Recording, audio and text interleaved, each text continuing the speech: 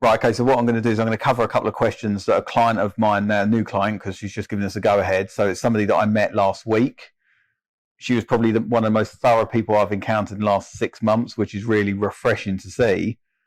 But when I explained to her what we were doing, she mentioned to me that the questions that she'd asked me, she found quite fascinating the answers. And what I found interesting is the amount of research she did to get the questions in the first place. Yeah.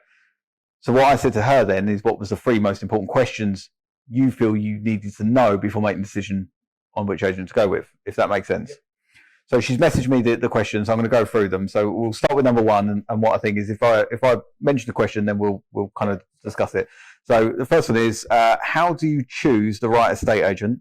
There's a lot of stigma around estate agents. So how do you know who to choose that is trustworthy and won't lie for the sake of a sale? I like that. Yeah, it's a good question.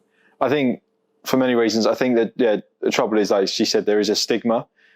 For me, I think the thing that stands out is the evidence and the value that the agent can offer. I think in 2 things, depends on how you look at it. Obviously, one's going to be on service. And I think that sometimes you need to deliver on that before you get the sale. You need to give the client something of value that they can take away, whether that's open, that they can take to somebody else when they, conduct a evaluation with another agent. That shows some trustworthy, some openness, I think. If you hold too much to your chest, close to you and say, well, only if you come with me, I'm going to do this, or you oversell it in the wrong way and you don't give them anything to go away with, then there's so much room for doubt with that, I think, or there's room for any sort of manipulation. And then, of course, when it comes to the actual valuation of the property, that's going to be evidence-backed. It's got to be, I think, at that point. I think, how do you tell whether they're trustworthy? If they turn up in a suit, turn them away. If they've got a 3-piece suit with one little hankies you wear at wedding, definitely turn them away. No, I think, there's lots I think you can ask them. I think I agree with what you're saying in regards to evidence is an important thing. So many agents will value a property and then not demonstrate the right evidence that that's how they came to that figure. So I think that will show if someone's being trustworthy by the amount of research they've done prior to the point of getting there. The level of service there before and after, the kind of valuation is important. But I think it's so hard for sellers. It is so hard for sellers in this scenario, because I think when you look at the valuation process itself, it is a polished pitch. Yeah. And we were discussing this yesterday when I mentioned it. Like, it is so polished, and that person you got sat in your living room has gone through this 1,000 times in training, and they've been trained for this, and they've gone through it in kind of live action, if you like, where they've practiced it on sellers. So it is the polished pitch. You are going to see the best that agent is going to give you.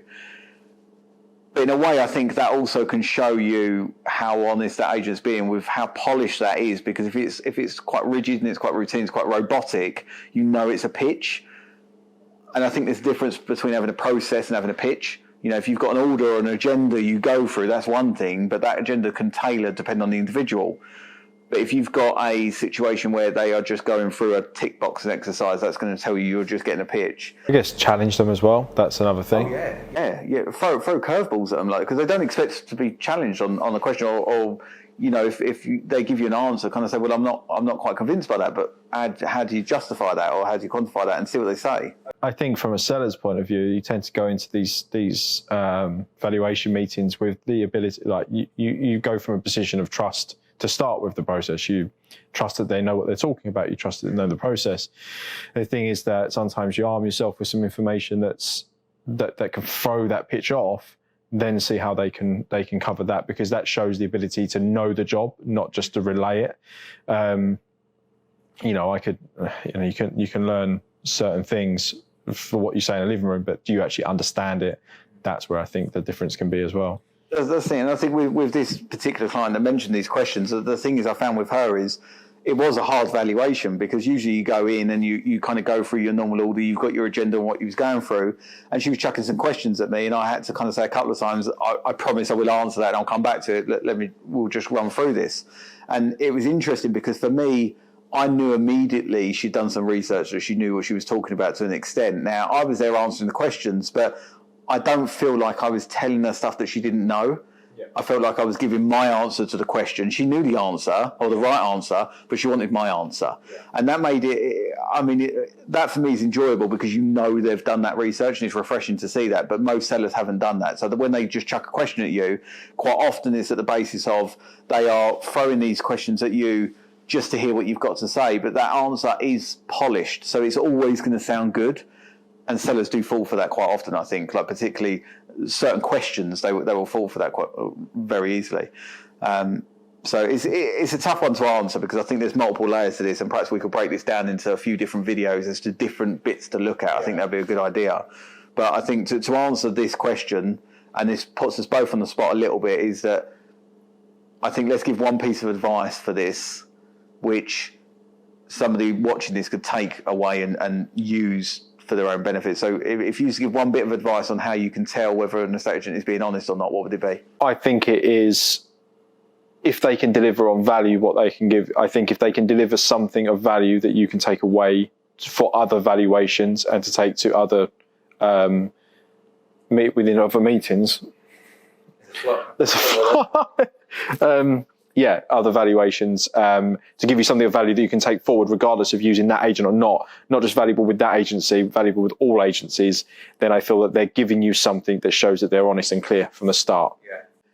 I think for me, it would be ask them how many buyers they've got in the books. And the reason I say that is because if you ask a agent how many people have you got on your books, if you like, or your register or your main list or whatever nonsense you want to call it, how many people have you got on there that is going to want to buy this property?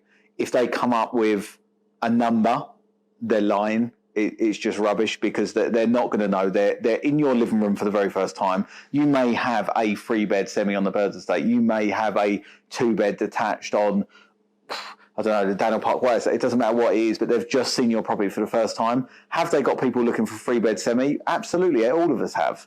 Are they going to look for your 3-bed semi? Not a clue. I've just seen it. I've literally just stepped foot in it. I didn't know what kitchen you had. I didn't know what bathroom you're going to have. And I know 100% if I come back to this office and I rang a buyer and said, guess what?